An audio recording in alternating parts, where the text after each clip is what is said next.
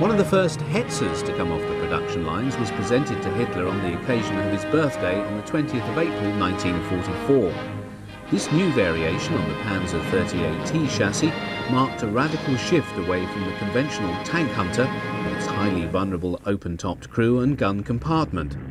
The Hetzer, although designed for service in tank hunting battalions, was modelled on the purpose-designed and sophisticated tank destroyers with their fully enclosed and armoured bodies.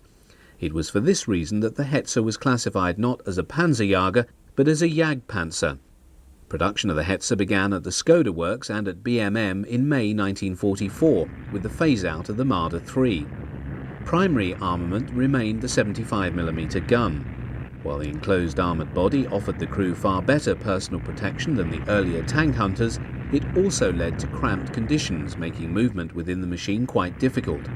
This also inhibited movement of the gun, which had a constricted field of fire in consequence.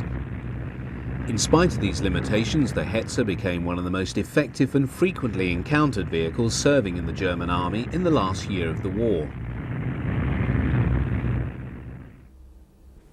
Successful employment of the assault gun in its adoptive role of tank destroyer led to the development of one type to fulfill both roles, built round an armoured body mounted on the chassis of the Panzer IV. The Jagdpanzer IV entered production with WOMAG in January 1944 and mounted a 75mm L-48 cannon. These served with the 116th Panzer Division in Normandy. In August 1944, the Jagdpanzer IV was upgunned to carry the 75mm L-70 cannon as mounted on the Panther tank.